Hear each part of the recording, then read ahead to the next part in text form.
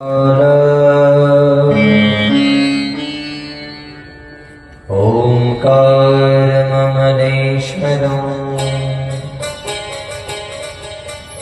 हरिल्या वैद्यनाथं च दाक्षिण्यां भीमशङ्करम् सेतुवन्दे तु रामेशो नागेशं दारुकावने वाराणसातु विश्वेशम् त्र्यम्बकं गौतमे तटे हिमालये तु वेदालम् कृष्णेशं च शिवालये एतानि ज्योतिर्लिङ्गानि सायं प्रातः पठे नरः सप्तजन्मकृतं पाप स्मरणेन विनश्यति स्मरणेन विनश्यति स्मरणेन विनश्यति। नमः पार्वती पतये शिव हर हर महादेव।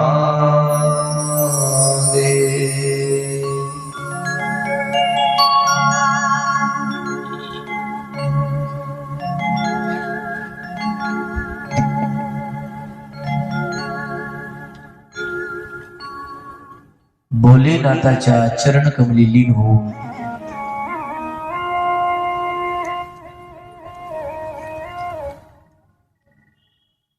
रुक्मिणी प्राण संजीवर पंढरीनाथाच्या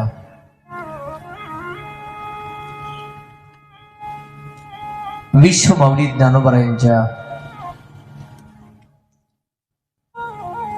जगद्गुरु संत श्रेष्ठ तुकोबरायांच्या अधिकरून सकल संतांच्या असीमागात कृपेने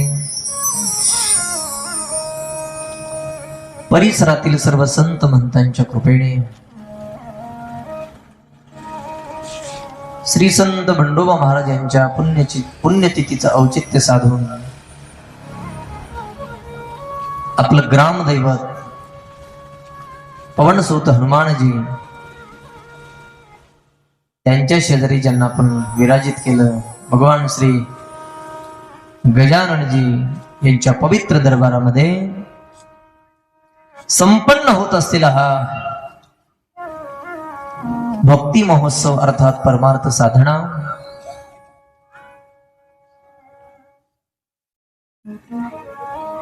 त्याच्यामध्ये कीर्तन हरिपाठ काकडा भजन गाता भजन ज्ञानेश्वरी पारायण आणि दुपारच्या सत्रामध्ये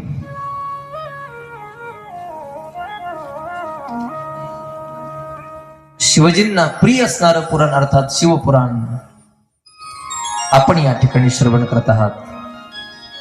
माझ्या अल्पमतीने अल्पबुद्धीने मी आपणास ते श्रवण करत आहे, आपणास श्रवण करवित आहे। आज या कथेचा 5वा दिवस प्रारंभ करत असताना कथेच्या निमित्ताने उपस्थित झालेल्या सर्व शिवभक्तांना या व्यासपीठाकडून माझा साष्टांग दंडवत साष्टांग प्रणाम। सर्वांना वंदन। आपण सर्वजण गेल्या 40 वर्षापासून 41वे वर्ष मोठ्या प्रेमानं श्रद्धेनं निष्ठेनं भावनेनं कुणी कायेनं कुणी वाचेनं कुणी मनानं या ठिकाणी या महोत्सवामध्ये सहभागी होऊन हा भक्ती महोत्सव अतिशय चांगल्या पद्धतीने कसा संपन्न झाला पाहिजे याच्यासाठी प्रयत्न करता आणि आपल्या सर्वांच्या प्रयत्नाने सहकार्याने उपस्थितीने अतिशय चांगल्या पद्धतीने हा संपन्न होतो आहे। जो की याही वर्षी त्याच पद्धतीने संपन्न होतो आहे.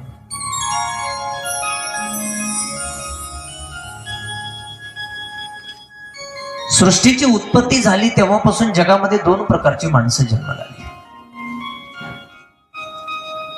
एक आस्तिक आणि दुसरा नास्तिक, एक सज्जन आणि दुसरा दुर्जन, एक चांगला आणि दुसरा वाईट, एक गरीब आणि दुसरा श्रीमंत, एक ज्ञानी तर दुसरा अज्ञानी. दोन प्रकारची माणसं जन्माला आली. नास्तिक माणसाला याची गरज वाटत नाही की व्रत करावं, उपासना करावी, भक्ती करावी, भजन करावं, कथा कीर्तन ऐकावी, दान करावं, धर्म करावा, चांगलं वागावं, एखाद्यावर उपकार करावा, एखाद्याला मदत करावी, हे नास्तिक माणसाला वाटत नाही. हे आस्तिक माणसाचं काम आहे.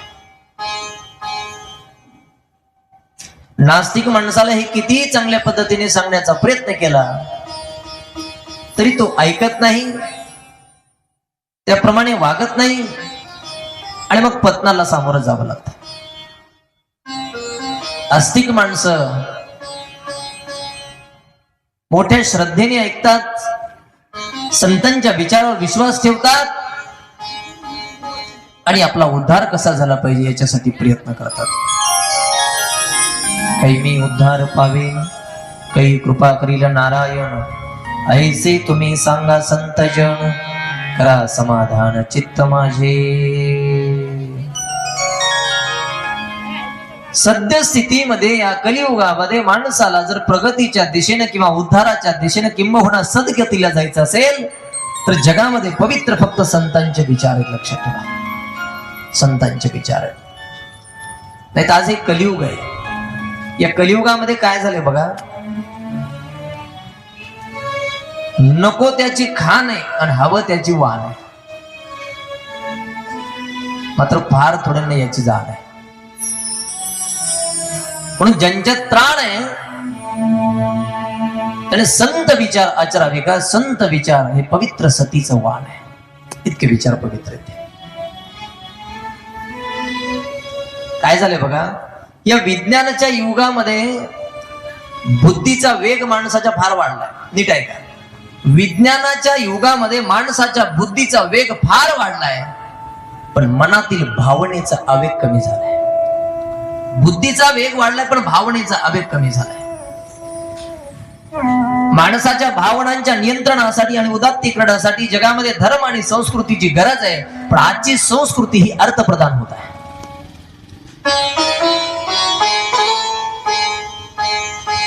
काही माणसं म्हणतात, महाराज या सद्य परिस्थितीमध्ये याला काही पर्याय नाही का, लक्ष देऊ नाही का. या विज्ञानाच्या प्रगतीच्या जगामध्ये एकच पर्याय, संतांचे विचार.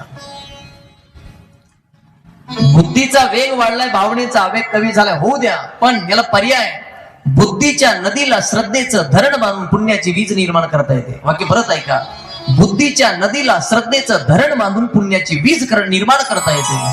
पण झालंय काय कलियुगामध्ये, श्रद्धा कुणाच्या स्वभावी नाही, निष्ठा कुणाच्या नावी नाही आणि भक्ती कुणाच्या गावी नाही. जिकडे तिकडे ती दिसते ती भोग आकर्षणता आणि यंत्र शरणता. म्हणून माणसाला या सध्याच्या जगामध्ये संत विचाराची गरज, शास्त्राची गरज, पुराणांची विचार गरज वाटत नाही. पण जगामध्ये सगळ्यात पवित्र काय असेल तर संतांचे विचार. संतांचे विचार, संतांचे शब्द म्हणजे शब्द जैसे कल्लोळ अमृताचे आली, मुखा वाटे अमृत वचने. आणि तेच विचार वचन कसल्याही माणसाचा उद्धार करू शकतात. सहज बोलणे हितोपदेश करोणी सायाश कविती. संतांचे सहज दिलेले विचार जर आपण आचरणात आणले आणि त्याप्रमाणे जर वागलो तर आपलं कल्याण होणार आहे. मला दोन गोष्टी सांगतो बघा महत्वाला. सुरुवातीला माणसाने साधू संतांचं जर ऐकलं तर माणसाचं चांगलं होणार आहे, नाही ऐकलं तर वाईट होणार आहे. थोडं पुढे बोलू का. संतांचं ऐकलं तर आपल्याला फायदा आहे आणि नाही ऐकलं तर आपला तोटा आहे. फक्त एक सांगा मला बसलेले सगळेजण, अगोदर तुम्हाला फायदा सांगू का तोटा? जे म्हणताल ते सांगतो. काय सांगू? हा, फायदा सांगू. फायद्याचं बहुमत फायद्याकडे आहे. फायदा सगळ्यांचा. मला जरी ऐकून नाही आलं तरी तोंड हलताना दिसतंय. फायदा फायदा. कलियुगातल्या सगळ्या माणसाला काय पाहिजे? फायदा. काय पाहिजे? फायदा. सगळे माणसं फायदा बघतात महाराज. नाही तर जग इतकं वाईट आहे सध्याचं. काही काही माणसं जगामध्ये. या समोरच्या चौकात मेन रोडला जर एखादा माणूस साप विकायला बसला तर काही माणसं साप सुद्धा घेतील. साप कशाला? लोकांच्या घरात सोडायला. वाईट माणसं आहेत महाराज. ऐका, माणसाला फायदा पाहिजे. किती फायदा पाहिजे? फक्त माझ्याकडे लक्ष द्या. एखादा माणूस चहा प्यायला लागला. चहा तोंडाला लावणार एवढ्या चहात माशी पडली. आता चहात माशी पडली, चहा पिन वाटते तुम्हाला? दिला टाकून. का? जास्तीत जास्त 10 रुपयाचा चहा आहे. तोच घरी गेला, जेवायला बसला. बासमती तांदळाची खिचडी बायको, प्लेट भर खिचडी. त्या खिचडीमध्ये अर्धा प्लेट तूप. त्या खिचडीत आता तुपाचा आणि त्या खिचडीचा घास घेणार, तेवढ्या तुपात माशी पडली. आता काय फेकून देईन सांगा बरं तुम्ही? हा, माशी फेकून नाही देईन, चुकून हाणीन. तिला तूप जाईल म्हणून. चहात फेकली, फेकून दिला, किंमत काय त्याची? तुपातली फेकून नाही देत, चुकून खाते. फायदा. 10 रुपयाचा चहा 700 रुपये किलो. फेकून देऊन जमत आहे का? का? फायदा बघितला जातो. कलियुग आहे. प्रत्येक माणसाला फायद्याची गरज आहे. ऐकाकडे संतांचं ऐकलं तर फायदा, नाही ऐकलं तर तोटा. ऐका फायदा. संतांचं ऐकलं तर फायदा काय? तो कोबर आहे, स्पष्ट सांगतायत. तेनेची पंते चालू जाता, न पडे गुंता कोटे काही. तेनेची म्हणजे त्यांच्या, चालू जाता म्हणजे चालत राहणे किंवा चालत जाणे. तेनेची पंते चालू जाता. संतांनी सांगितलेल्या मार्गाने, संतांनी घालून दिलेल्या मार्गाने जर माणूस चालत राहिला तर त्याचा फायदा आहे. त्याला न पडे गुंता कोटे काही. गुंता शब्दाचा अर्थ आहे अडचण. संतांच्या मार्गाने माणूस जर चालत राहिला तर जीवन जगताना त्याला अडचण येणार नाही. बघायला गेलं तर अडचणीशिवाय जीवन नाहीच. कोणती ना कोणती आपल्या जीवनामध्ये अडचण आहे. अडचणीशिवाय जीवन नाही. पण संतांचा ऐका, अडचण येणार नाही शेवटच्या श्वासापर्यंत. आणि म्हणून आणि संतांचं जर नाही ऐकलं तर तोटा नाही तरी गेला जन्म वाया. आला तसा जन्म वाया जाईल, हा तोटा आहे. नाही ऐकलं तर संतांचं अडचण येणार नाही, हा फायदा आहे संतांचा ऐकलं तर. त्याच्यामुळे संतांचे विचार, शास्त्र काय म्हणतं, ग्रंथ काय म्हणतात, पुराण काय म्हणतात, याचा विचार केला पाहिजे आणि आपण त्याप्रमाणे जगलं पाहिजे. अरे नैमिष, त्या पवित्र नैमिषारण्यामध्ये शौनक ऋषी दुसरं काहीच करत नाही. सुतांना समोर बसवतायत. एक पुराण आपलं तरी 365 दिवसाला किंवा वर्षातून एकदा 7 दिवसाचा सप्ताह आपण करतो. नैमिषारण्यामध्ये ते ऋषी दुसरं काहीच करत नाही. सदा नाम घोष करू हरिकथा. तेने सदा चित्त, सदा नाम घोष, सदा हरिकथा, म्हणून सदा समाधान आहे त्यांना. लक्षात ठेवा. एक कथा झाली, दुसरी कथा, दुसरी कथा झाली, तिसरी कथा. बस भगवंताच्या कथेशिवाय आणि कीर्तनाशिवाय नैमिषारण्यामध्ये दुसरं काही चालत नाही. त्याच्यामुळे त्यांना कुठली अडचण नाही. एक पुराण झालं की दुसरं पुराण. आणि त्याच नैमिषारण्यामध्ये सूत ऋषी शौनकांना हे पुराण विचारत. पुराणाच्या बाबतीमध्ये काही प्रश्न विचारले होते आणि त्याचे उत्तर देत होते. 2-4 प्रश्न मी सांगितले होते की विवेक कसा वाढवावा, साधू संत काम क्रोधाला कसं जिंकतायत,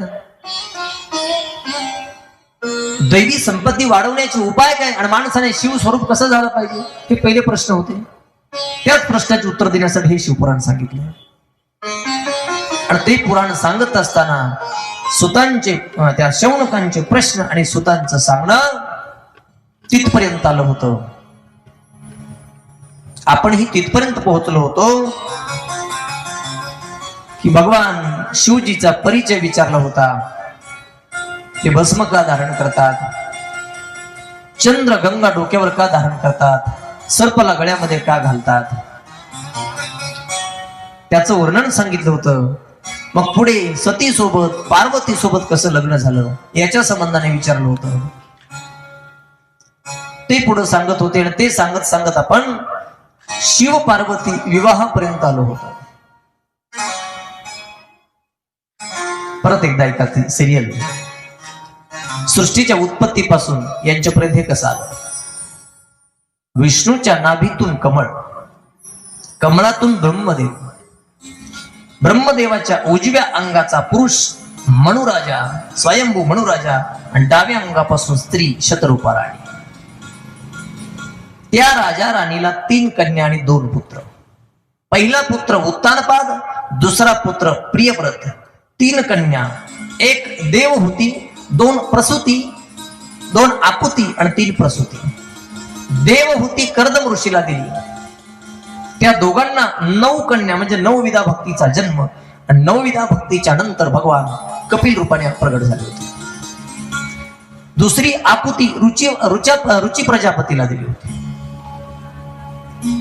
आणि तिसरी जी प्रसूती आहे या पुराणाच्या संबंधाने आपल्याला सांगायचंय, ती दक्ष प्रजापतीला दिली होती. शत्रुपा राणीने आणि त्या स्वयंभू मनुराजाने. मग त्या प्रसूतीला आणि दक्षाला 16 कन्या झाल्या होत्या.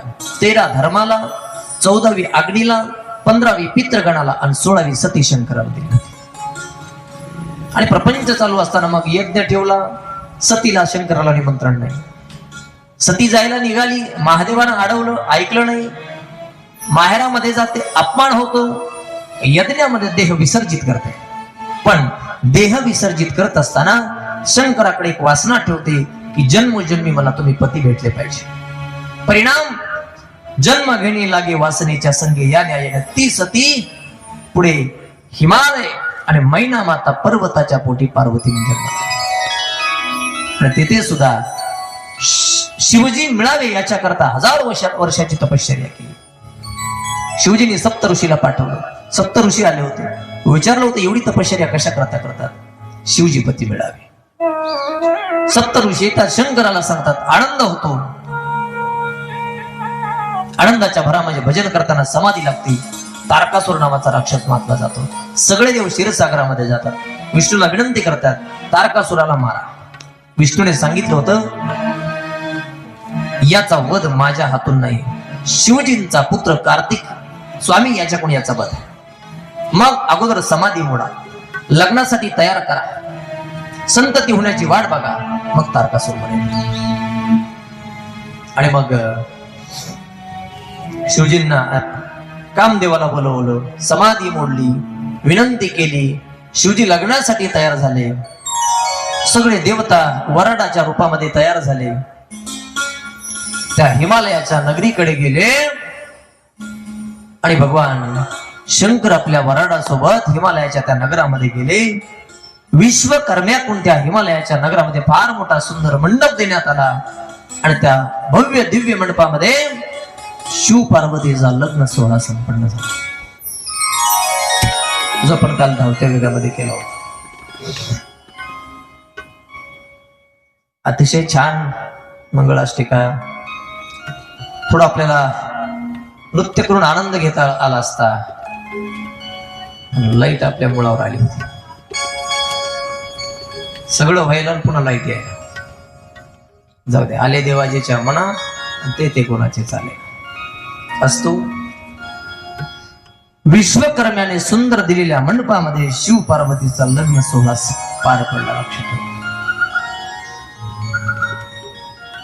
आता नैमी शरण्यामध्ये सूत ऋषी शौनकांना पार्वतीची विदाई सांगतायत. ऐका शौनकांनो, शंकरजी शिवजी मिळण्यासाठी तपश्चर्या केली आणि तपश्चर्येचा परिणाम शिवजी तिला प्राप्त झाले. आता त्या हिमालयाच्या नगरीमध्ये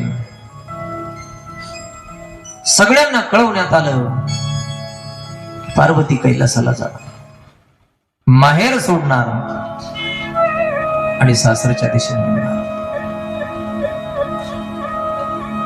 असं सांगतायत पार्वतीला वाट लावत असताना तिचा बाप हिमालय पहाडासारखा रडला होताच. पार्वतीची आई मैना माता पार्वतीला वाट लावत असताना टाहू पडते.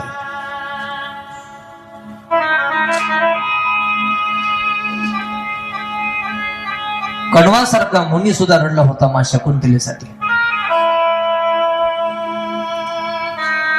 जनकासारखा विदेही राजा रडला होता सीतेला वाट लावत असताना. आज हिमालयासारखा पहाड रडतोय पार्वतीला वाट लावताना. प्रत्येक माई बापाच्या जीवनातील हा प्रसंग आहे.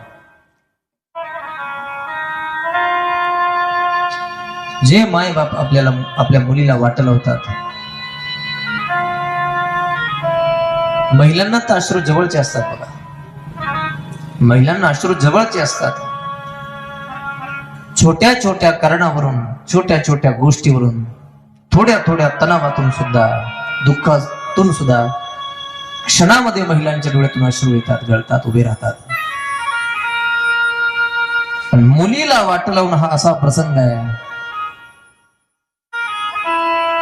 एखाद्याची मुलगी सासरी चालली आणि बाप रडला नाही, असा बाप अजून भारतामध्ये जन्माला आला नाही. लक्षात ठेवा.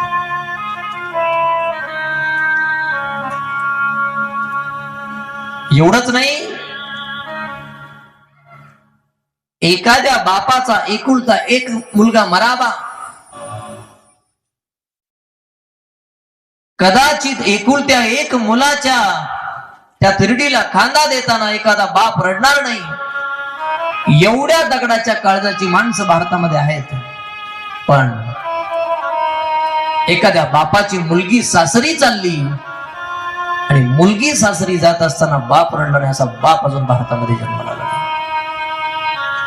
जगामध्ये सगळ्यात दयाजनक प्रसंग जर काही असेल, करुणेचा प्रसंग काही असेल, एखाद्या मुलीने माहेरचा त्याग करणे आणि सासरचा स्वीकार करणे. मला एक सांगा, तुम्ही अनेक लग्नाला गेलात, जातात आणि जाणार आहात. मला सांगा, बारकाईने नवरदेवाकडे आणि नवरीकडे लक्ष द्या. सुंदर कोण दिसत? नवरी सुंदर दिसते. तुम्ही बघा कुठे जा. त्याच कारण शास्त्र असं सांगतंय, त्यागातून तेजाचा जन्म होत असतो.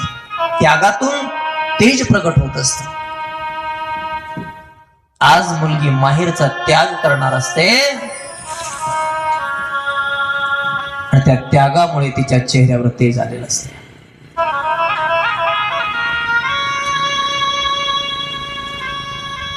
माहिती तिला 18 वर्ष, 20 वर्ष, 22 वर्ष ज्या घराला मी माझं माझं माझं म्हणते, ते घर मला एक दिवस सोडून जायचंय, तरी स्वतःच्या जीवापेक्षाही ती माय बापावर, माहेरावर प्रेम करते.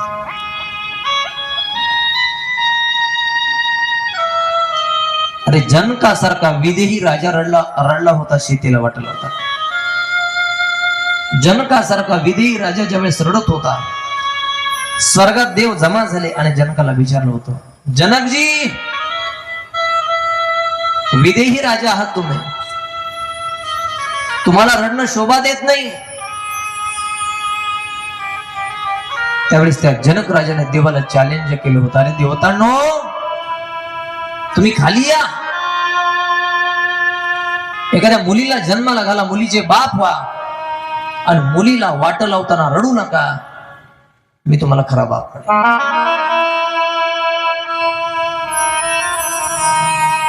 तुम्हाला खरं सांगू का, आपल्या शास्त्रामध्ये अनेक प्रकारचे दान आहेत.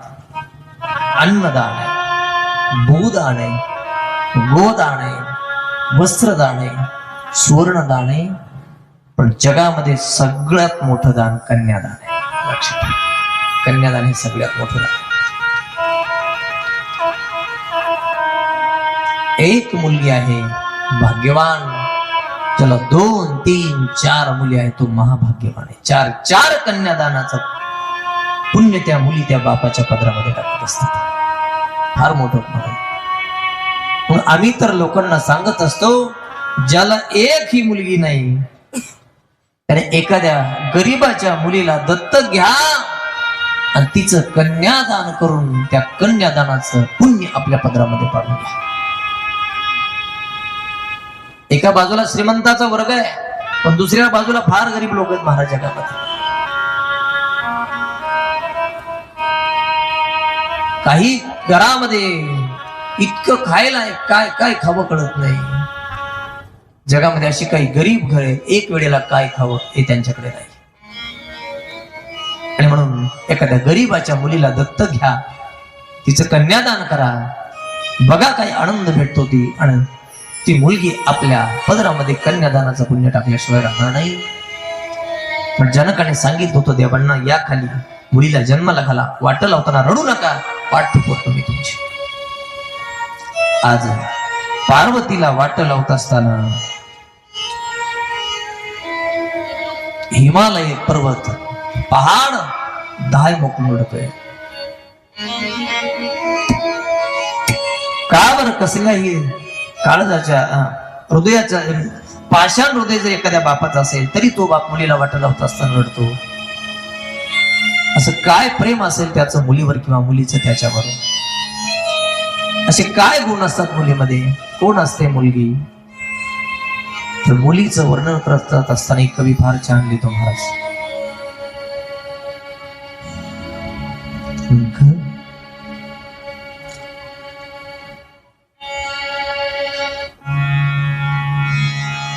घर जपलेलं झाड फांदी फांदी जीवा पाड.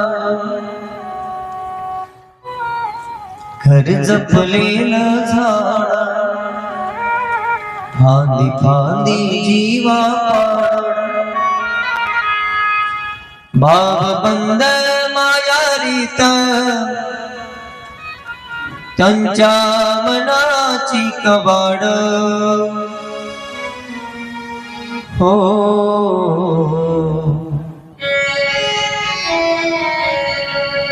लेक माहेराच सोनं, लेक सौख्याच औक्षण. लेक बासरीची धून, लेक अंगणी पैंजण. लेक चैतन्याचे रूप, लेक अलड चांदण. लेक रंगाचं शिंपण, लेक गंध हळवा मन. लेक परक्याचे धन, बाबा तुटतो आतून. आला गोठली राक्षण. लेक परक्याचे धन.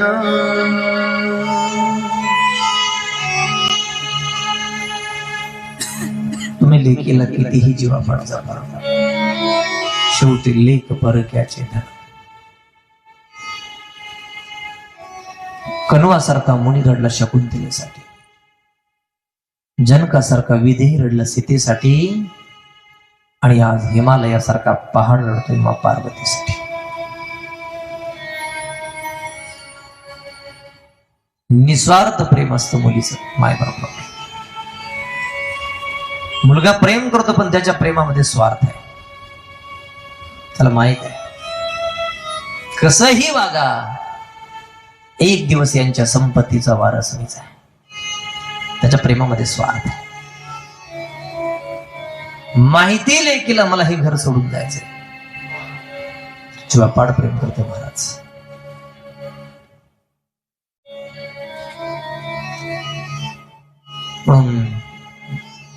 मागच्या काही काळामध्ये फार मोठ्या प्रमाणात श्री भ्रूण हत्या झाली. त्याच्यानंतर बंधन आलं आणि ती बंद झाली. कितीतरी घटना अशा बघायला भेटतील जगामध्ये की जीवापाड ज्या लेकाला सांभाळलं त्या लेकाने मायबापाला बाहेर काढलं, मारलं, शिव्या दिल्या. मुलं असताना सुद्धा मायबाप वृद्धाश्रमात राहतात असे कितीतरी लेख जगामध्ये बघायला भेटते. याच्या विरुद्ध एक ही मुलगी अशी आपल्याला जगामध्ये बघायला भेटणार नाही की जिचं माय बापावर प्रेम नाही. जेव्हा पाड प्रेम करते मुलगी तेही तिच्या प्रेमामध्ये निस्वार्थपणा असतो. मुलाचं प्रेम सगळं स्वार्थी. म्हणून ज्यांना मुलगी आहे भाग्यवान त्यांच्या पदरामध्ये कन्यादानाचं पुण्य टाकते ती आणि पडणार आहे. नसेल गरीबाची मुलगी दत्तक घ्या, करा तिचं कन्यादान, बघा काय आनंद भेटतो. ती दत्तक घेतलेली मुलगी सुद्धा तुमच्या पदरामध्ये कन्यादानाचं महान पुण्य टाकल्याशिवाय राहणार नाही. अरे आज हिमालयासारखा पहाड उडतोय मा पार्वतीसाठी, जाण्यासाठी निघली पार्वती आणि आता शेवटच्या समयी माय बापांना वंदन करण्यासाठी आली. त्यावेळेस पार्वतीच्या आईने अतिशय छान उपदेश केला पार्वतीला. मला वाटतंय पार्वती सासरी जात असताना, कैलासाला जात असताना पार्वतीच्या आईने जो उपदेश केला, जगातल्या प्रत्येक आईनं जर मुलीला वाट लावताना हा उपदेश केला तर पुढे एकही घर विभक्त होणार नाही, फुटणार नाही. महाराज काय उपदेश आहे, ऐका तो उपदेश काय. करे हूँ सदा शंकर पद पूजा, करे हूँ सदा शंकर पद पूजा, करे हूँ सदा शंकर पद पूजा,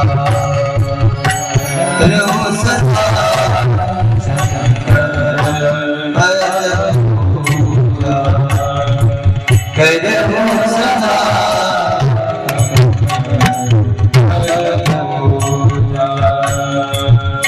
नारी धर्मपति देवन पूजा, नारी धर्मपति देवन पूजा, करो सदा शंकर पूजा, करो सदा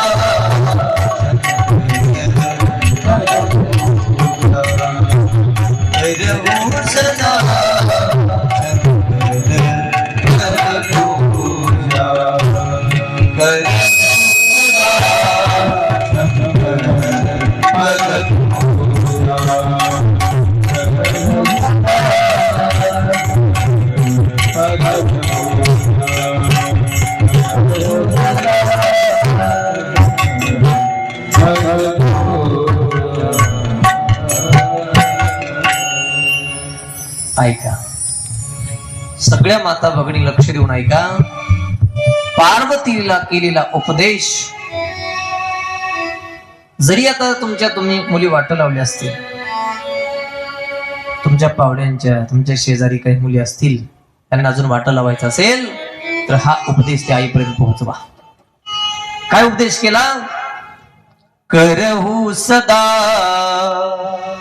शंकर पद पूजा, पार्वती करहू सदा शंकर पद पूजा, नारी धर्म पति देवन दूजा,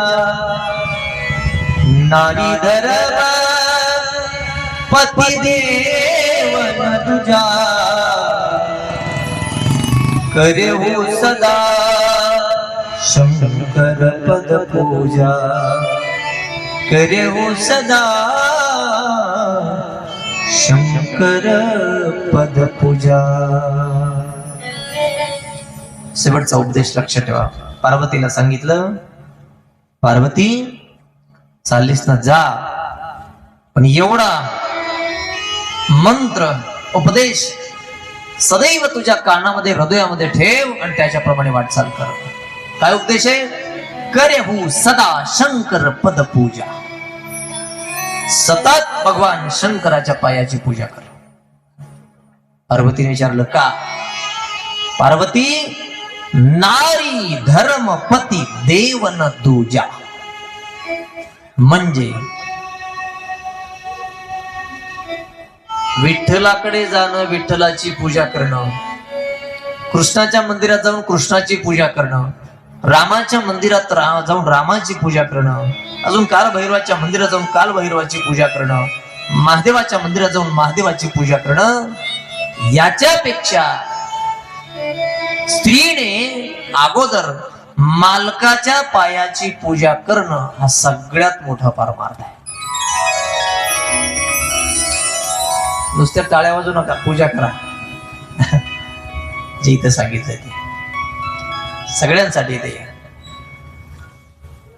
पत्नीने पतीच्या पायाची पूजा करणं हा तिचा सगळ्यात मोठा परमार्थ आहे, तिची सगळ्यात मोठी पूजा आहे.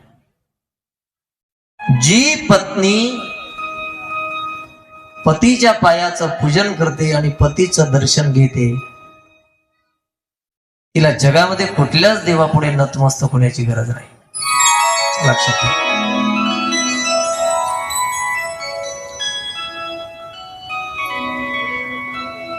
लक्षात ठेवा, पार्वतीला जो उपदेश केलाय तो प्रत्येकाच्या कानातून हृदयात गेला पाहिजे. आतापर्यंत पूजन केलं असेल नसेल द्या सोडून, इथून पुढं तरी, आता तरी पुढे हाच उपदेश, मागचं बघू नका, इथून पुढं तरी. का पतीच्या पायाचे एक अभंग तुम्ही ऐकला असेल बघा कीर्तनामध्ये कधी कधी. देवाची पूजा म्हणजे नेमकं काय? फुलं टाकणं, पाणी टाकतं, पंचामृताचा अभिषेक घालणं, तांदूळ टाकणं, ही काय पूजा आहे का? लक्षात ठेवा, ही सुद्धा पूजा आहे, पण खरी पूजा एका अभंगामध्ये सांगितली तुकाराम महाराजांनी. स्वामी काज गुरु भक्ती पितृवचन सेवापती हेची विष्णूची महापूजा. ऐका, खरी पूजा इथे सेवकाने स्वामीची सेवा करणं त्याच्या जीवनातली देवपूजा.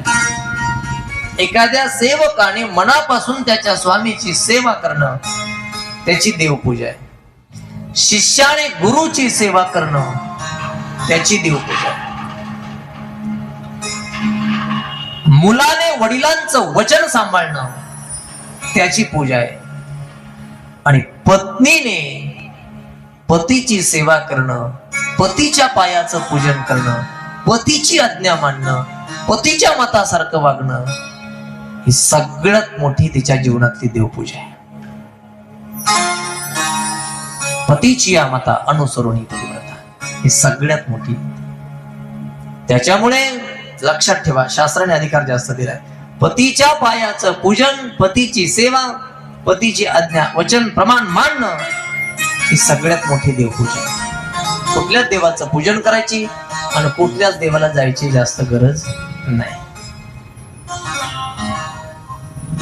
म्हणून पार्वतीने जो उपदेश केलाय तो प्रत्येक आईने जर आपल्या मुलीला केला, जे की नारी धर्मपती देवन दूजा.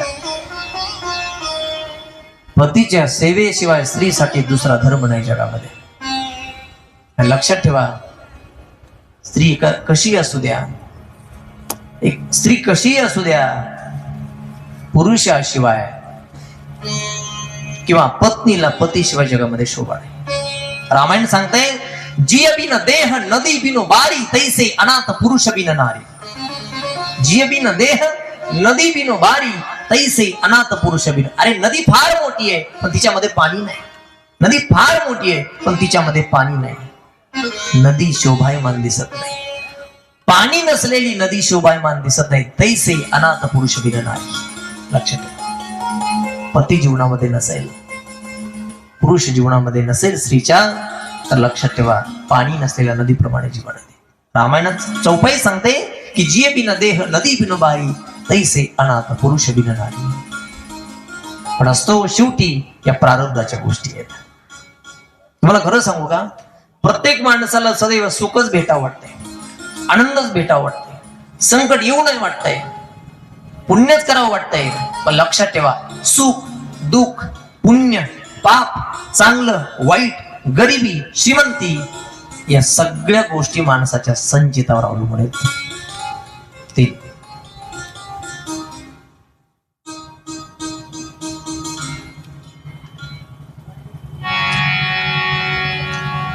सुख दुःख पुण्य पाप गरिबी श्रीमंती चांगलं वाईट हे सगळं माणसाच्या याच्यावर अवलंबून. दैव जात दुःखे भरता दूषणा कुणाचा. दैव जात दुःखे भरता दूषणा कुणाचा. पराधीन आहे जगती पुत्र मानवाचा. दूषणा कुणाचा. पराधीन आहे जगती पुत्र मानवाचा.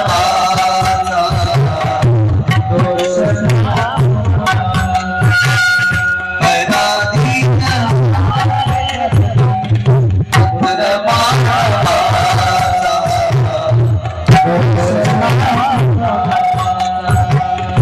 माय कही कही ना दोषी नव्हे दोषिता. राजत्याग साधयात्रा असे कर्म खेळ चालला से माझा पूर्व संचिताचा.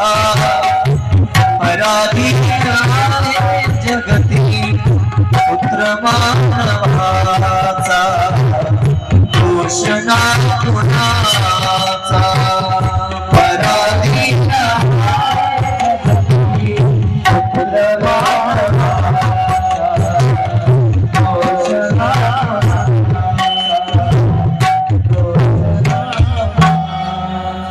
दैव जात दुखे भरता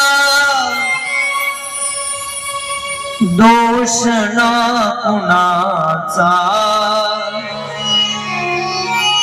पराधीन आहे जगती पुत्र मानवाचा. दोषणा कुणाचा. माय कै ना दोषी नव्हे दोषिता. राज्य त्याग कानन यात्रा असे कर्म जात. खेळ चालला से माझा पूर्व संचिताचा. पराधीन आहे जगती पुत्र मानवाचा. दूषणा कुणाचा.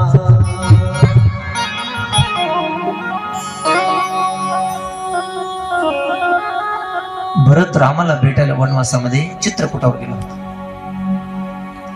गवताच्या पर्णकुट्या बघितल्या होत्या.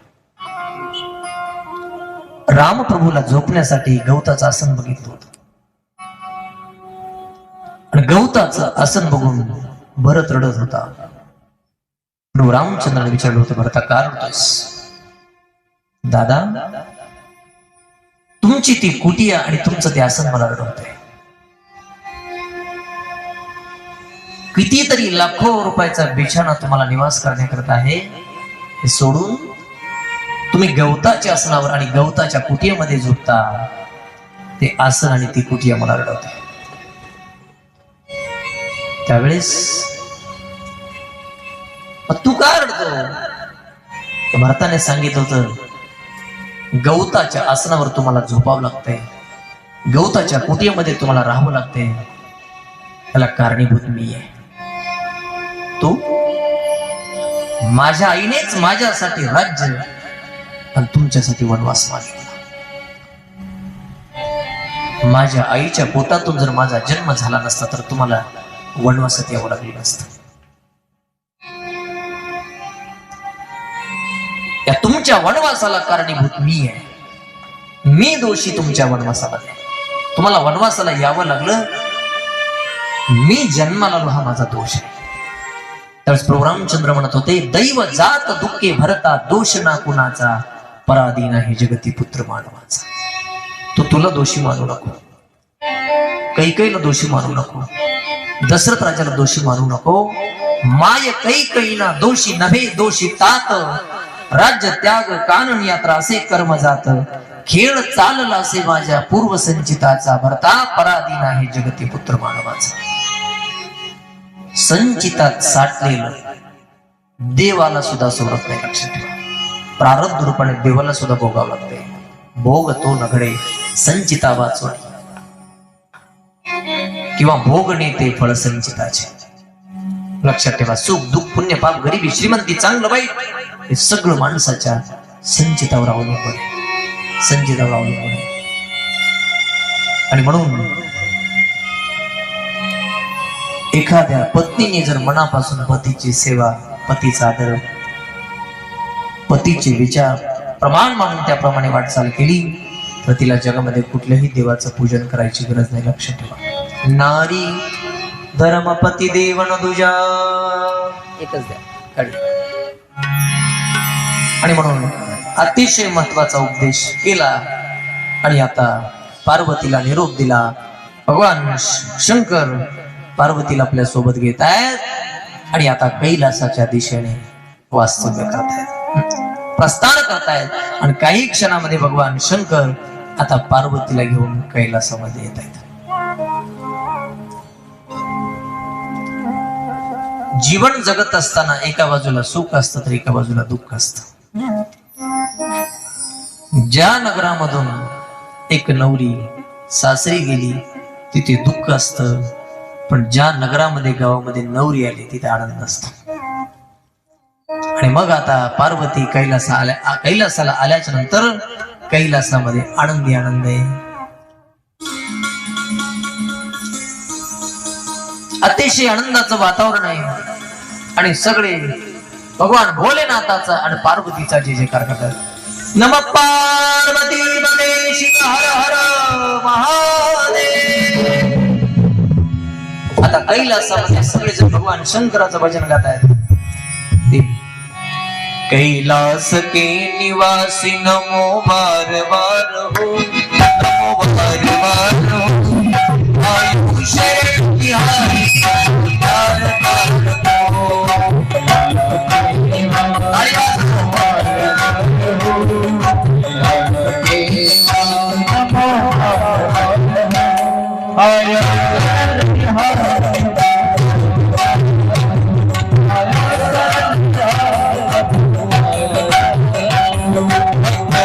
अपने शिव तूने राजना किया, महादेव जो तूने वरदान दे दिया.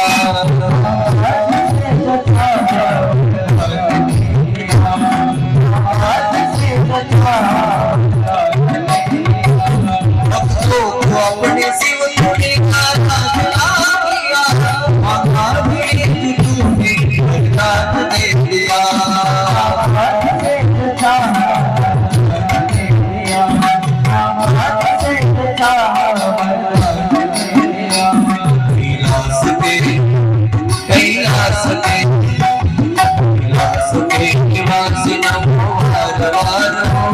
नमो बार बार हो, आयुष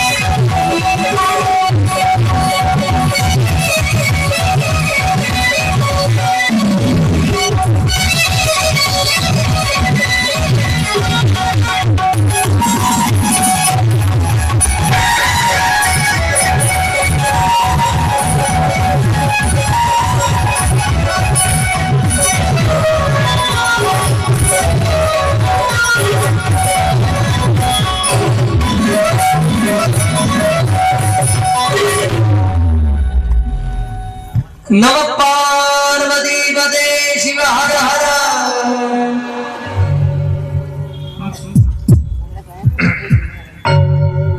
कैलासामध्ये अनेक प्रकारे आनंद या ठिकाणी साजरा झाला, संपन्न झाला. आता लग्न म्हणजे आनंदच असतो, पुढे सगळं दुःखच असते. पण प्रसंगी शुभमंगलमय प्रसंगी आनंदच असतो. मला मी प्रश्न विचारतो तुम्हाला सगळ्यांनी, अतिशय मार्मिक, मला उत्तर द्या. जुन्या काळातले लग्न चांगले होते का आताचे लग्न चांगले? जुन्या काळात आताचे काही लग्न तर बघायसारखे. सकाळी धामधूम, दुपारी टामटूम, दिवस मावळता सामसूम. जुन्या काळामध्ये असं म्हणतात बाबा, ऐकतो आम्ही तरी चांगल्या वयोवृद्ध माणसाकडून 5-5 दिवसाच्या हळदी असायच्या, मस्त फार छान लग्न होते. वर्णन करावं तेवढं कमीच असे लग्न. आता जेवायला तेव्हा जेवायला तसं नव्हतं, मंडपण हे सगळ्या सांगून एवढं चांगलं नव्हतं, पण आनंद लय होता. लक्षात हे बुंदीन हे भाजी हे असं काहीच नसेल मला वाटते. मला माहिती काय असेल.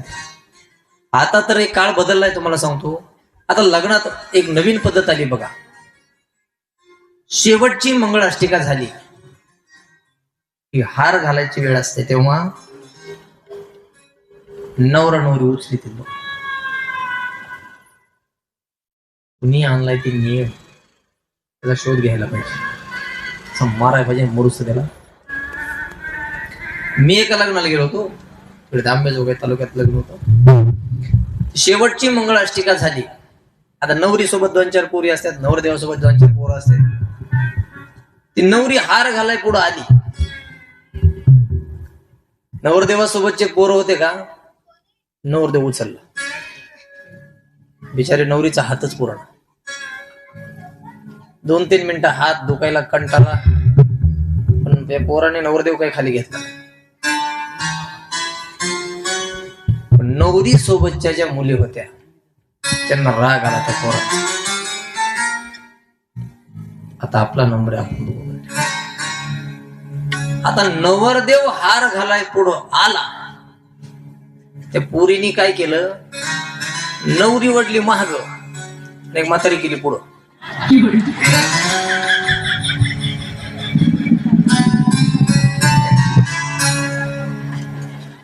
बघता काय, हार गेला गळ्यात. सगळ्यात पुढे कॅमेरा चालू आहे असा, आमच्या मनोज भाई असा सगळं वराट जे होते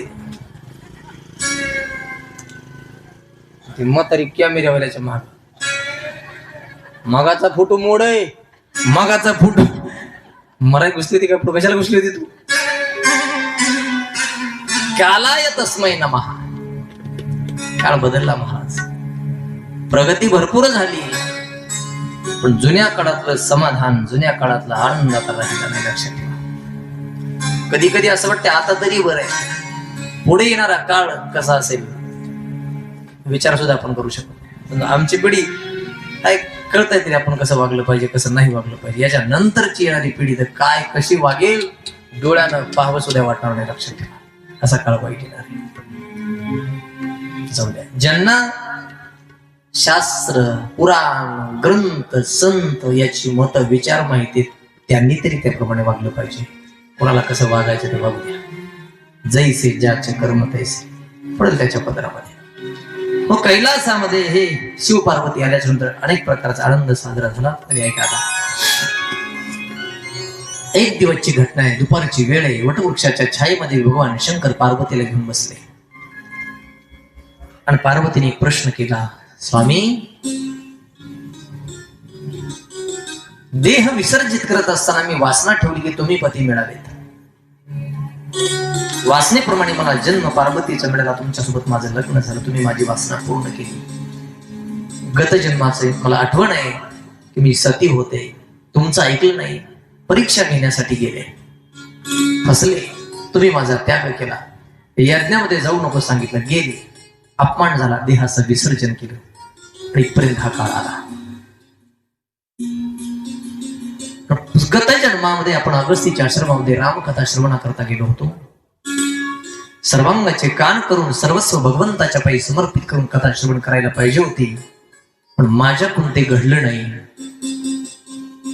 मला परत एकदा त्या रामाचं चरित्र श्रवण करायचंय. आता तर्क करणार नाही, संशय घेणार नाही, सर्वस्वाचं समर्पण तुमच्या पायी करेल आणि रामकथा ऐकायला बसेल.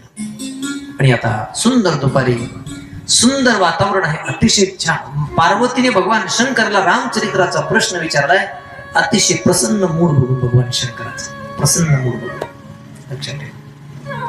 म्हणजे पत्नीने सुद्धा पतीला काम सांगत असताना पतीचा मूड बघितला पाहिजे. पतीचा मूड बघितला पाहिजे. नाही तर सकाळी घाईमध्ये 10ला ऑफिसला गेलं, घरात खायला भेटलं नाही, दुपारी साहेबांनी डबा खाऊ दिला नाही, तसंच 5-6 वाजता ट्रक नेहला तसा डबा परत आणला, पाणी सुद्धा पिऊ दिलं नाही त्या साहेबांना ऑफिसमधल्या. 6 वाजता दिवसभर उपाशी, 6 वाजता तसाच उपाशी ते भरलेला डबा घेऊन घरी डबा सोप्यावर फेकला. आणि तेवढ्यात बायकोण म्हणावं, एक कॅन 5 लिटर रॉ केला ना, ते वत म्हणजे माझ्या अंगावर मला फुकून दिवसभर खायला भेटलं नाही, पुन्हा रॉ केला ना. बघू दे जेवणाचं काय, चहा पाण्याचं काय. मोड बघून प्रश्न विचारला पाहिजे. प्रसन्न मुद्रा बघितली शंकराची प्रसन्न आणि विचारलं, त्या रामचरित्राचं श्रवण मला करायचं आहे. आणि आता भगवान शंकर तर 24 तास फक्त श्रीराम जय राम जय जय राम. आणि आता तर पार्वतीने तोच प्रश्न विचारलाय की रामाचं चरित्र मला सांगा. आता ऐका, भगवान शंकर डोळे बंद करतायत, हाताची मुद्रा लावतायत आणि रामाचं चरित्र आपल्या डोळ्यासमोर आणतायत. आणि पार्वतीला ते रामाचं चरित्र सांगण्यासाठी प्रथमतः राम प्रभूचं बालरूप आपल्या डोळ्यासमोर आणतात. बंदेऊ बाल रूप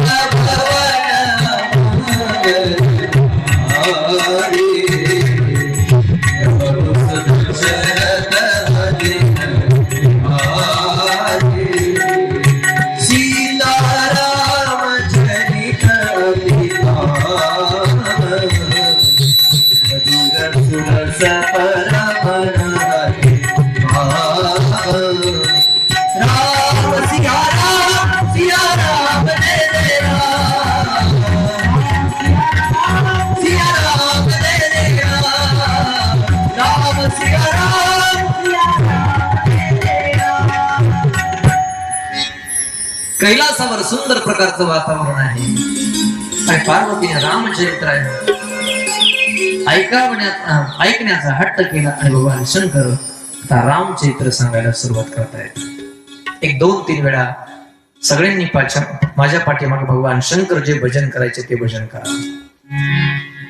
श्रीराम जय राम जय जय राम. वा छान. श्रीराम जय राम जय जय राम. वाह. श्रीराम जय राम जय जय राम. वाह वाह. श्रीराम जय राम जय जय राम.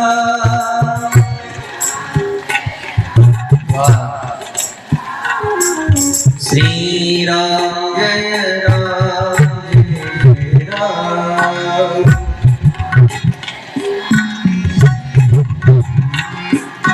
पतित पावन सीताराम.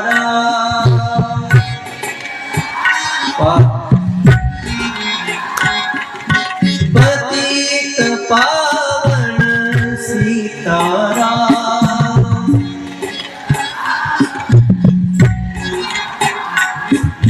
रघुपति राघव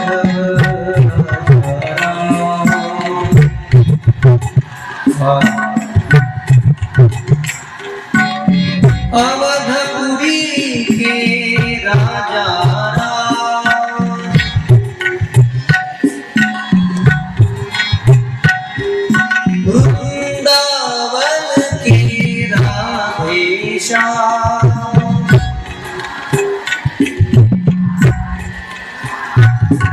श्रीराम जय राम जय जय राम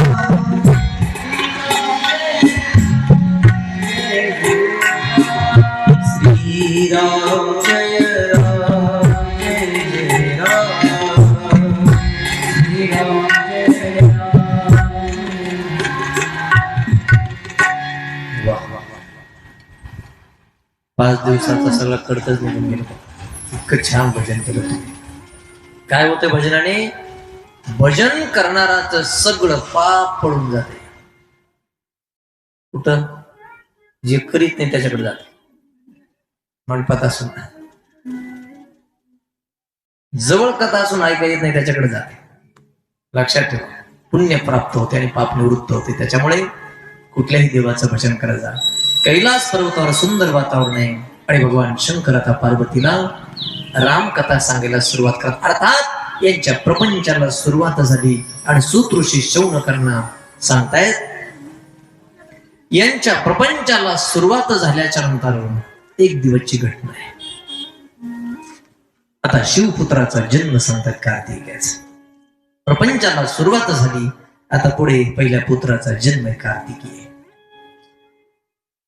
त्याच्यामध्ये त्याचं नाव कार्तिकेय आहे. आपण कार्तिक स्वामी म्हणतो, कार्तिकेय नाव आहे त्याचं.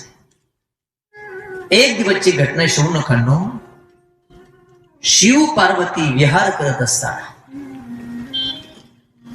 या दोघांचा विहार चालू असताना, विहार करत असताना शौनकांनो शिवजीचे तेज फार प्रखर होते. सूत्र शौनकांना सांगतायत त्यावेळेस ते शिवजीचं तेज अग्नीनं पारव्याचं रूप घेतलं आणि आपल्या चोचीनं ते शिवजीचं तेज ग्रहण केलं.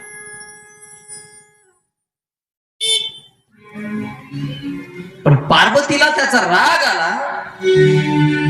तू या ठिकाणी उपस्थित झालास, हे तेज प्रखर तेज ग्रहण केलंस, यावेळी तू या ठिकाणी यायला नाही पाहिजे होतस, आलास तेज ग्रहण केलंस.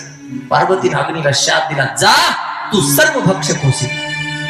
काही त्याच्यामध्ये टाकलं, सगळ्याचं भक्षण करतो, तू सर्व भक्षक होशील.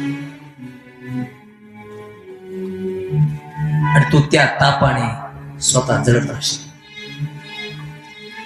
अग्नीने शिवजीचे तेज ग्रहण केल्यामुळे त्यालाही ते तेज सहन झालं नाही, त्यालाही त्या तेजाचा त्रास होऊ लागला.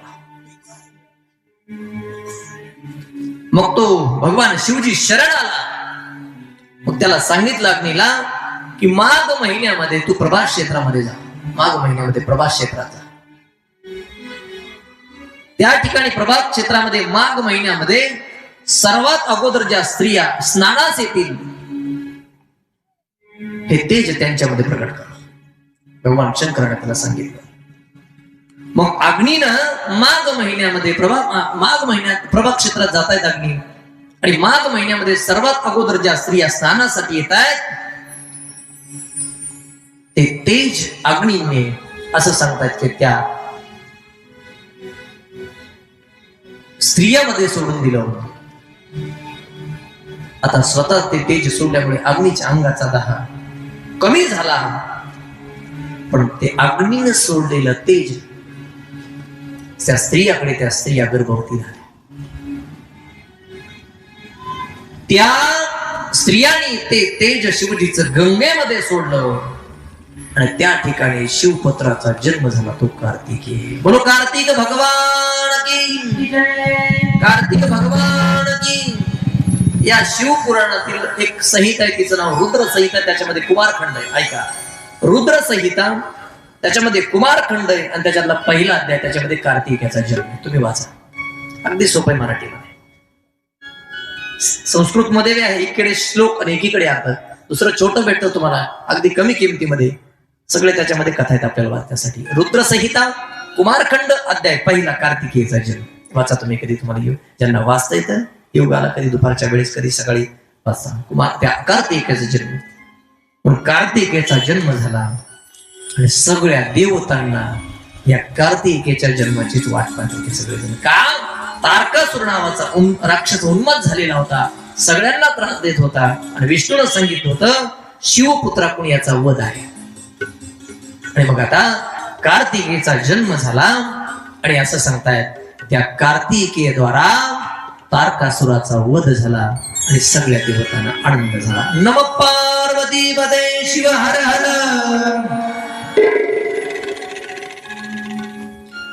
पण हे बघा, आपल्यापेक्षा त्या पुराणातली राक्षस भाग्यवान आहेत. नीट आहे, आपल्यापेक्षा पुराणातली राक्षस भाग्यवान आहेत. का? त्यांना मरण आहे पण देवाच्या हातून आहे. मरण आहे पण देवाच्या हातून आहे. आणि देवाचा स्वभाव आहे, मारतो, राक्षसाला मारतो, दुर्जनाला मारतो, पण मारून त्यांना मोक्ष देतो. देवाचं म्हणणं आहे, कसेही माझ्याकडे या, मी तुम्हाला मोक्षच देणार. तुम्ही भांडण करत माझ्याकडे या, मी मोक्षच देणार. भक्तीने करत माझ्याकडे या, मी मोक्षच द्या. तुम्ही कसेही स्वार्थाने या, काम कसे नाही माझ्याकडे या, मी तुम्हाला मोक्ष देणार.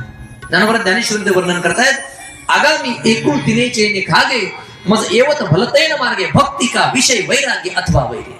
देवाने भक्तीने देवाकडे जा, वैराग्याने देवाकडे जा, विषयाने देवाकडे जा, कामाने देवाकडे जा, देव मोक्ष देणार. त्या कृष्ण अवतारातली पुतना स्तनामध्ये हलहल नावाचं विष भरलं होतं आणि कृष्णाला मारण्याकरता देवानं तिला मारलं होतं, पण मारून सायुज्य नावाचा मोक्ष दिला होता. तू असनकाधिकाचे निमाणे सायुज्य सवर शोधी दिला पुतने जे विषाचे स्तन पाणी मारू आली. माऊली बोलतात, देवाकडे कसंही जा, देव उद्धार करतो. लक्षात ठेवा. का? बहु आहे करुणावंत अनंत हे ना बजा तो हा उतरील पार भव दुस्तर नदीचा. व देव करुणा निदान असल्यामुळे, दयाघन कृपाळू असल्यामुळे कसंही त्याच्याकडे भक्तीने जा, विषयाने जा, वैराग्याने जा, कल्याण होणार. लक्षात ठेवा. आणि म्हणून कार्तिकेयकडून तारकासुराचा वध झाला आणि सगळ्या देवतांना आनंद झाला. तारकासुराचा वध होतो न होतो पुन्हा एक राक्षस उन्मत्त झाला. त्या राक्षसाचं नाव आहे बाणासुर. बाणासुर. कार्तिकेय त्या तारकासुराच्या नंतर बाणासुराचा वध झाला. बाणासुराच्या वधानंतर पुन्हा एक राक्षस उन्मत्त झाला. त्याचं नाव आहे प्रलंबासुर. प्रलंबासुर. पहिल्यांदा तारकासुराचा वध, त्याच्यानंतर बाणासुराचा वध आणि त्याच्यानंतर प्रलंबासुराचा वध झाला. धर्माचा नाश करणारी ही राक्षस, त्यांना मारणं, अधर्मी राक्षसांना मारणं आणि धर्माची स्थापना करणं, याच्याकरता देवाचं येणे. लक्षात ठेवा. आहे तुका म्हणे धर्म संस्थापने केला नारायणे अवतार. आणि संतांचं सुद्धा हेच काम आहे, धर्माचे पालन पालन, धर्माचे पालन पालन,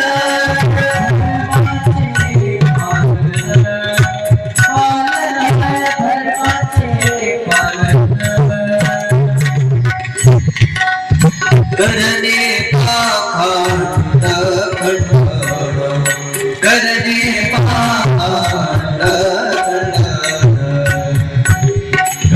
पाखंड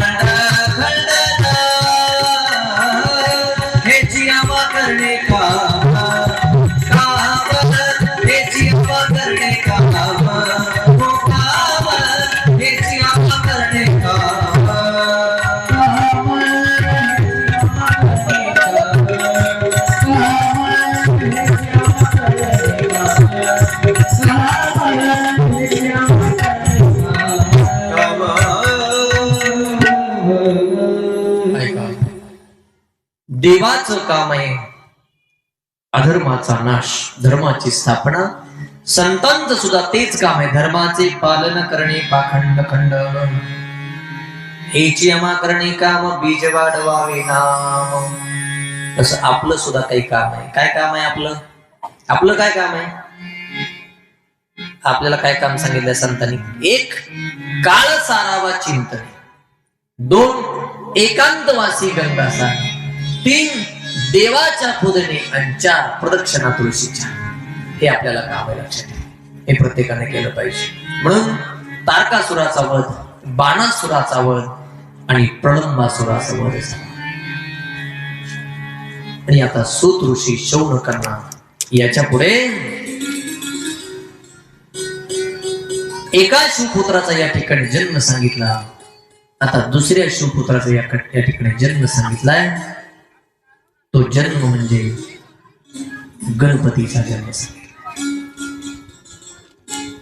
नेहमी करता आपण या कथा ऐकून आहात. आपण त्या दिशेने आता पुढे जाऊ. ऐका.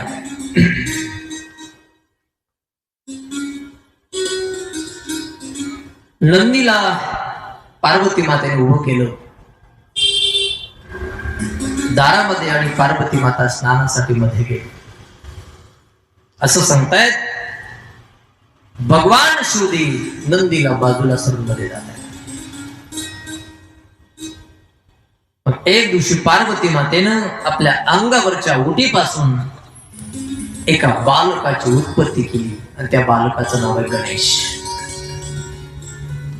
त्या गणेशाला दारात उभं केलं आणि सांगितलं, बाळा आजपासून तू माझा पुत्र, एकालाही आतमध्ये येऊ द्यायचं नाही. भगवान शिवजीचा आगमन झालं. तर त्या गणेशानं शिवजींना सुद्धा अडवलं. असं सांगतायत की अडवलंच नाही, गणेशाचा आणि भगवान शंकराचं युद्ध झालं.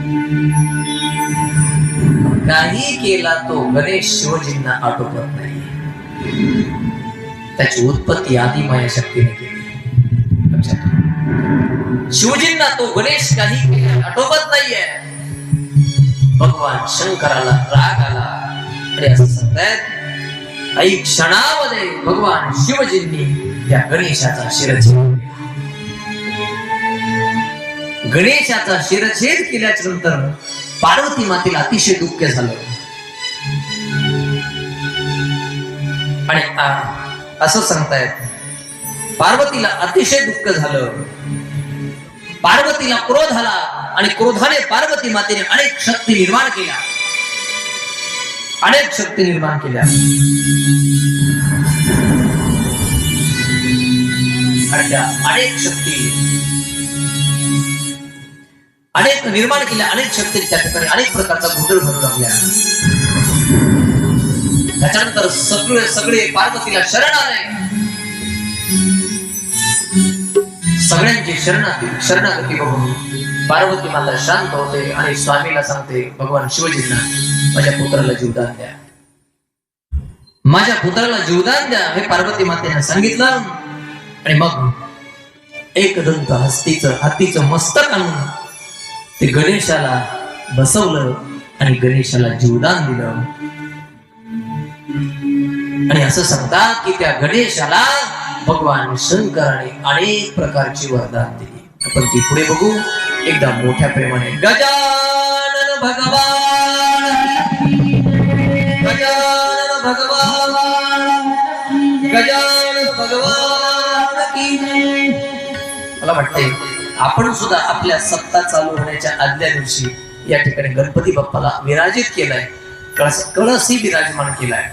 आता तर अगोदर पवनसुत हनुमानजी होते, आता दर्शनासाठी पूजा करण्यासाठी निर्विघ्नपणे आपलं कार्य निर्विघ्नपणे पार पाडणारे गणपती बाप्पा पूजेसाठी दर्शनासाठी आपल्याला उपलब्ध आहेत. त्याच्यामुळे मी विनंती करेल सगळ्यांना, बघा रोज जर आपण या दोन्ही देवाचं दर्शन घ्यायचं ठरवलं तर काही जास्त वेळ जाणार नाही. 5-10 मिनिटाचं काम आहे. नियमच करायचा, एकतर सकाळी अथवा संध्याकाळी आम्ही या 2 देवाचं दर्शन घेणार म्हणजे घेणार. तुम्ही घेतलं फायदा तुम्हाला आहे, पुण्य तुम्हाला आहे. तुम्ही दर्शन रोज घेतलं त्याला मला त्याचा फायदा होणार नाही. त्याच्यामुळे अगोदर हनुमानजी होते, आता गणपती बाप्पा आहेत. तर गणेशाचा जन्म झाला. आता काही अंशी आपणही एका छोट्या जागेतून गणपती बाप्पाचं दर्शन करू आणि आपण पुढच्या कथेला या ठिकाणी प्रस्थान करू. पार्वतीचा बाळा पायात बाळा, पार्वतीचा बाळा तुझ्या पायात बाळा, पुष्पहारांच्या घातलेल्या बाळा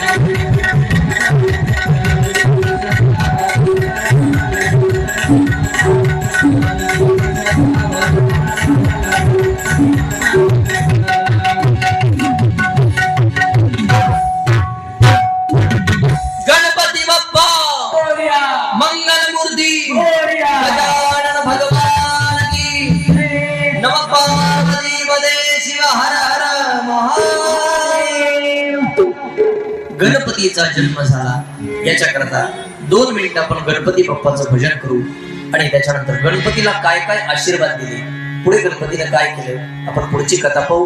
2 मिनिटासाठी आळस न करता, कंटाळा न करता मोठ्या प्रेमाने गणपती बाप्पाचं भजन करा. ओम गण गणपतये नमो नमः, सिद्धि विनायक नमो नमः, अष्ट विनायक नमो नमः, गणपती बाप्पा मोरया.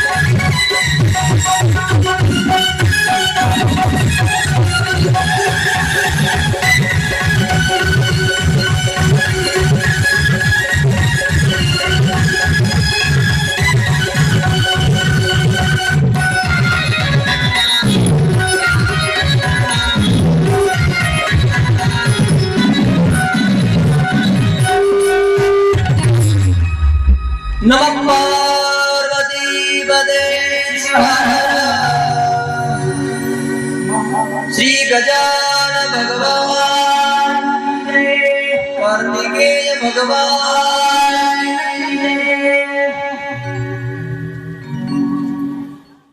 शिवपुत्राचा दोन्ही जन्म झाला. प्रथमतः कार्तिकेयाची उत्पत्ती झाली आणि त्याच्यानंतर श्री गणेशाची उत्पत्ती झाली. पण ऐका, भगवान शंकर आणि गणेशाचा शिरच्छेद केल्यामुळे पार्वती मातेला दुःख झालेलं होतं.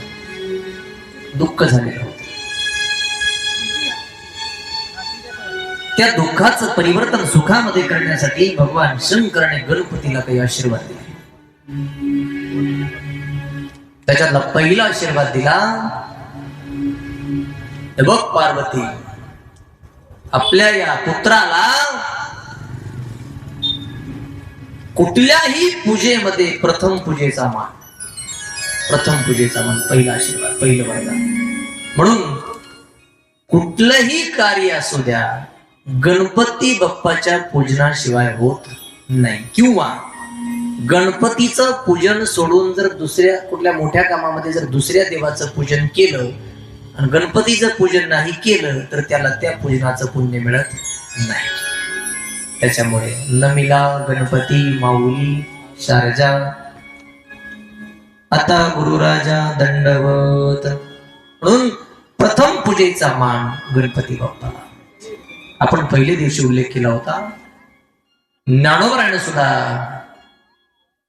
एवढा मोठा ज्ञानेश्वरीसारखा महान ग्रंथ लिहित असताना दुसऱ्याच क्रमांकाला देवा तुची गणेशो सकलार्थमती प्रकाशो मणे निवृत्तीदासो अवधारी जोजी. गणपतीला पूजेचा मान प्रथम. चला, दुसरं वरदान आणि दुसरा आशीर्वाद दिला गणपती बाप्पाला. पूर्ण विश्वामध्ये विघ्न हरता म्हणून तो प्रसिद्ध पावसी किंवा प्रसिद्ध होसी, विघ्न हरता. म्हणून विघ्न विनाशक दुर्जन पालक, विघ्न विनाशक गुणीजन पालक, दुरित तिमिरहारका,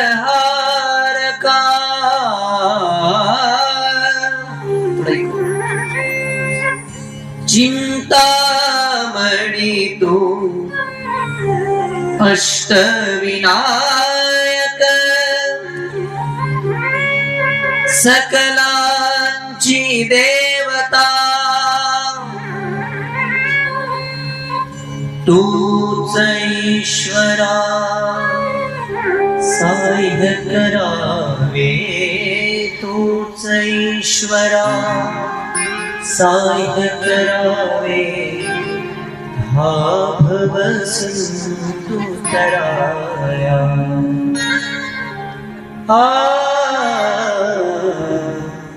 प्रथम तुला वंदितो कृपाळा, सुखकारक तू दुःख विदारक, तूच तुझा सारका, तूच ईश्वरा, साह्य करावे हा भव सिंधू तराया. प्रथम तुला वंदितो कृपाळा, गजानना गणराया. प्रथम तुला वंदितो मज द्यावे एक दत्ता, तुझ मागतो मी आता, मागतो आता तुझ मागतो मी आता. पहिलं वरदान प्रथम पूजेचा मान. शिवाने दुसरं वरदान दिलं, तू विघ्न हरता म्हणून प्रसिद्ध होसे, प्रसिद्ध पावसे. तिसरं वरदान आहे, गणेशा उपासकांना तू उत्तम फळ देणारा होसे. तुझी उपासना जे जे करतील त्यांना उत्तम फळ देणारा तू होसे. जी महिला पुरुष अगदी मनापासून चतुर्थी व्रत करतात, लक्षात ठेवा, मनापासून केलं चतुर्थी व्रत तुमच्या पदरामध्ये फळ निश्चित टाकणार. का? त्याला तिसरं वरदान दिले भगवान शंकराने, उपासकांना तू फळ देणारा होशील. तिसरं वरदान आहे. चौथं वरदान दिले, तुला डावलून इतर देवाचं पूजन केलं तर तुला डावलून इतर देवाचं पूजन करणाऱ्यांना पूजेचं फळ मिळणार नाही. चौथं वरदान. पाचवं वरदान दिले, गणेशा विश्वामध्ये तू सर्व गणांचा अधिपती होशील.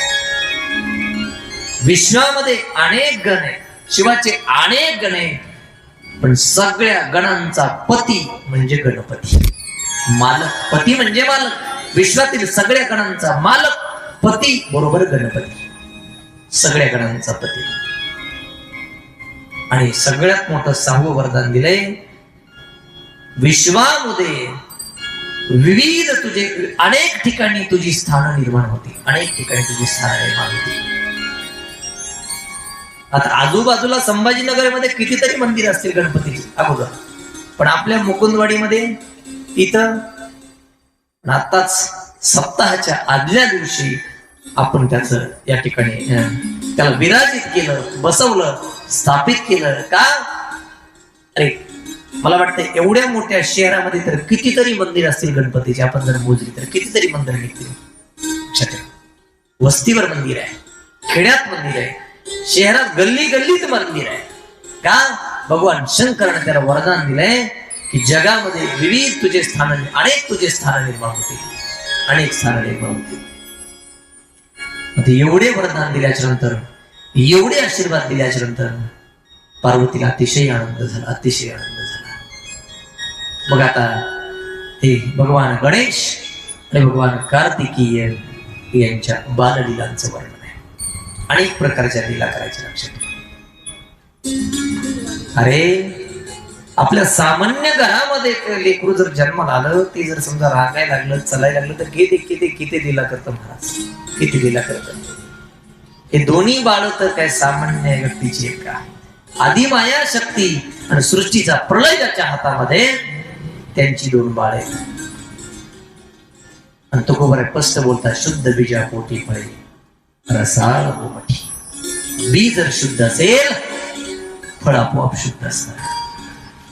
जगामध्ये 4 वर्ग आहेत बघा, तुम्हाला सांगतो. 4 वर्ग. पहिला वर्ग असा आहे, बी शुद्ध आहे पण फळ अशुद्ध आहे. बी शुद्ध आहे पण फळ अशुद्ध आहे. दुसरा वर्ग आहे, बी अशुद्ध आहे पण फळ शुद्ध आहे. तिसरा वर्ग आहे, बी ही अशुद्ध आणि फळ ही अशुद्ध. आणि चौथा वर्ग आहे, बी ही शुद्ध आणि फळ ही शुद्ध. अजून तुम्हाला परत सांगतो. पहिला वर्ग बी शुद्ध फळ अशुद्ध. दुसरा वर्ग बी अशुद्ध फळ शुद्ध. तिसरा वर्ग बी अशुद्ध फळ अशुद्ध. आणि चौथा वर्ग बी ही शुद्ध आणि फळ ही शुद्ध. ऐका, 4 वर्ग. श्रीकृष्ण परमात्मा, जे कृष्णाचं आडनाव काय? श्रीकृष्णाचं आडनाव यादव.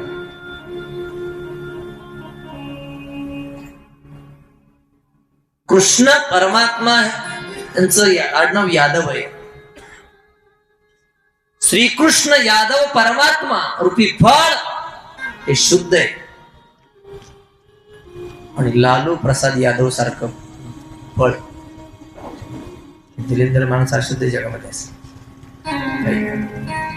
बी शुद्ध फळ अशुद्ध. दुसरा वर्ग गेला, बी अशुद्ध पण फळ शुद्ध आहे. भागवतामध्ये एक कथा आहे, ज्याला मारण्यासाठी नरसिंह भगवान आले होते. ज्याला मारण्यासाठी नरसिंह भगवान आले होते. काय त्या राक्षसाचं नाव? हिरण्यकश्यप. त्याला मारण्यासाठी कोण आलं? नरसिंह भगवान खांबातून. हिरण्यकश्यप रूपी बी अशुद्ध आहे, पण त्याच्या पोटी आलेलं प्रल्हाद रूपी फळ शुद्ध आहे. बी अशुद्ध आहे आणि फळ शुद्ध आहे.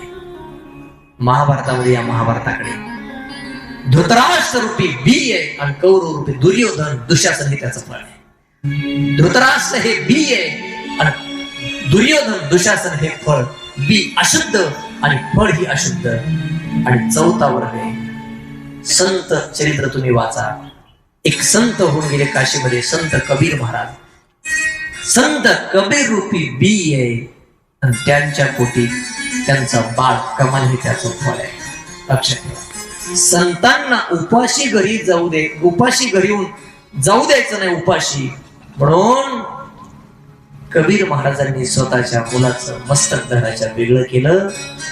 पण संतांना जीव घातलं, पुन्हा त्या संतांनी तो बाळ जिवंत करून दिला. ही फार मोठी कथा आहे.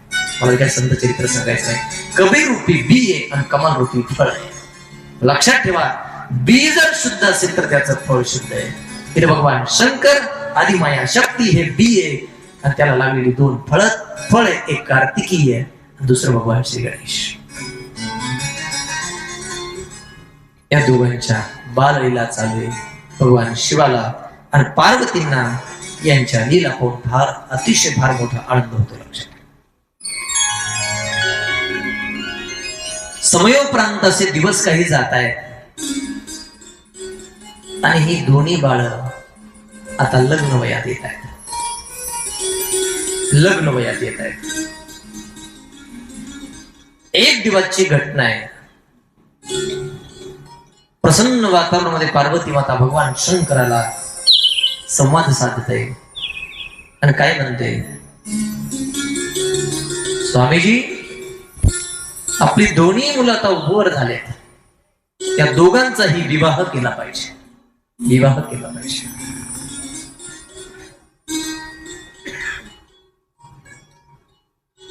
आणि दोघांना सुद्धा विवाहाची इच्छा आहे.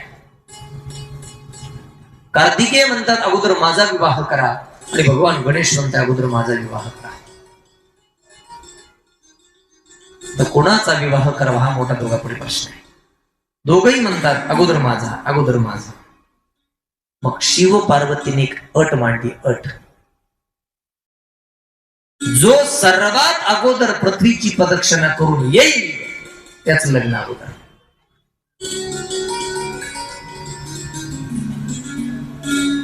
मुलगा जर म्हणला माय बापाला मला लग्न करायचंय तर त्याला अट मांडायची, जोपर्यंत तू चांगल्या पद्धतीची नोकरी मिळवत नाही, काही चांगलं काम करत नाही, स्वतःच्या पायावर उभा राहत नाही, तोपर्यंत आम्ही लग्न करणार तर नाही, पण लग्नाचा विचार सुद्धा करणार नाही.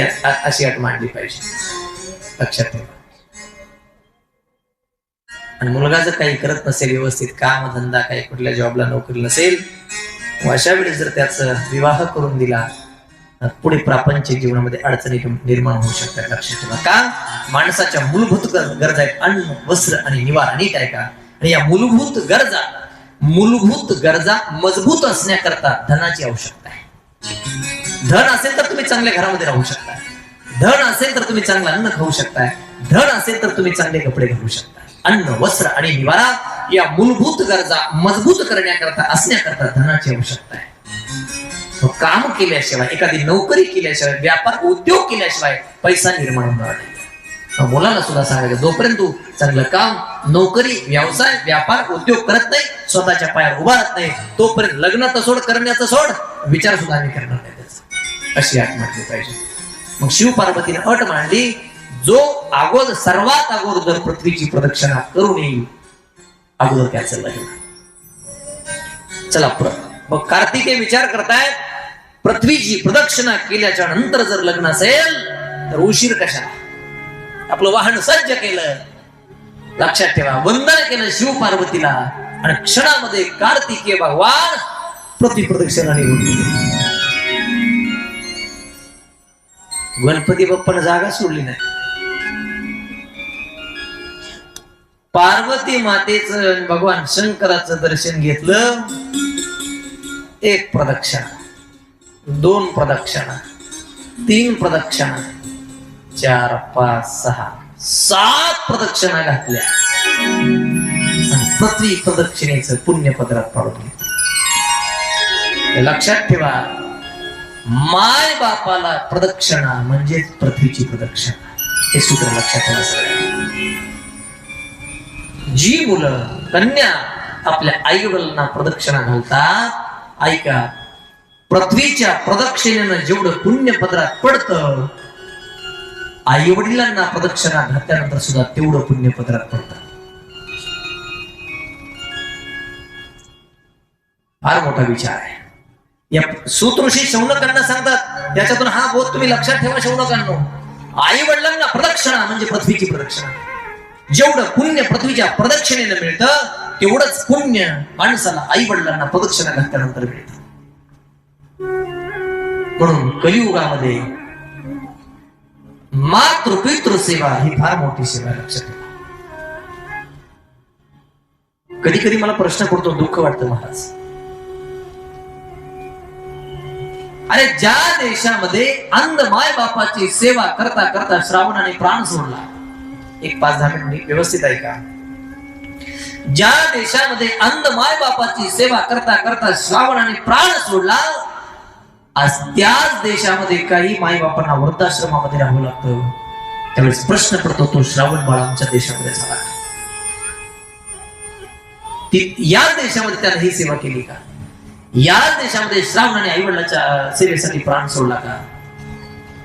एवढी सेवा करणारी बाळ जर या देशामध्ये होऊन गेली असतील, तर या देशामध्ये वृद्धाश्रमात निघतात. ही शोकांतिका आहे, हे दुर्दैव आहे. आणि माय बापाला वृद्धाश्रमामध्ये राहावं लागतं, हे दुर्दैव, ही शोकांतिका आहे.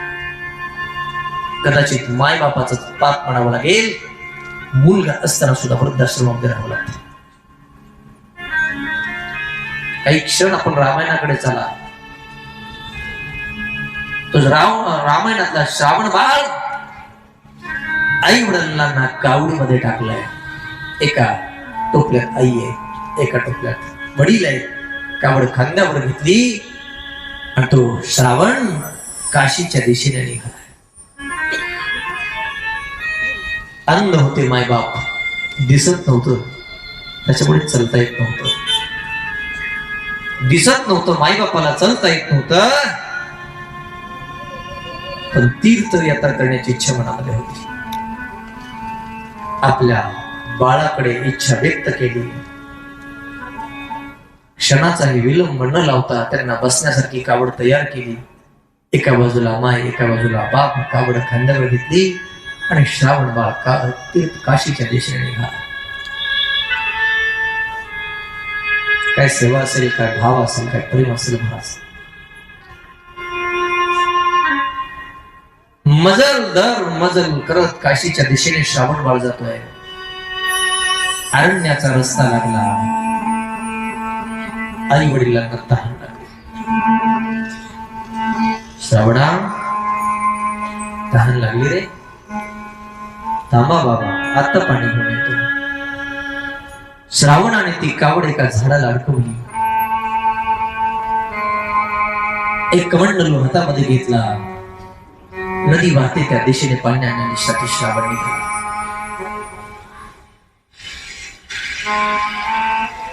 योगायोग त्याच नदीवर पाणी आणण्यासाठी श्रावण गेला. ज्या नदीच्या पलीकडच्या काठाला एक झाड आहे आणि त्या झाडावर अयोध्येचा सम्राट राजा दशरथ धनुष्याला बाण लावून बसलेला. कुणीतरी श्वापदी पाणी पेली. मी त्या श्वापदाला बाण मारेल आणि त्याची शिकार केली या हेतूने राजा दशरथ झाडावर बसलेला आहे. तेवढ्या वेळामध्ये अलीकडच्या कडेला तो श्रावण नदीमध्ये उतरला आणि पाणी आणण्यासाठी आणलेला कमंडलू पाण्यामध्ये बुडवला. कमंडलू पाण्यामध्ये बुडल्याबरोबर पाण्याचा बुडबुड बुडबुड आवाज झाला. कमंडलूचा बुडबुड आवाज राजा दशरथाच्या कानावर पोहोचला. लक्षवेधी बाण मारण्यामध्ये तरबेज असलेला राजा दशरथ धनुष्यातला बाण लावलाय आणि आवाजाच्या दिशेने बाण सोडून दिला. धनुष्यातून बाण सुटला, सर्व बाण गेला आणि एका श्वापदाला न लागता श्रावणाच्या छातीमध्ये घुसला. ऐक मेलो. किंचाळला श्रावण. कमंडलू एका बाजूला, पायातल्या वाहना एका बाजूला.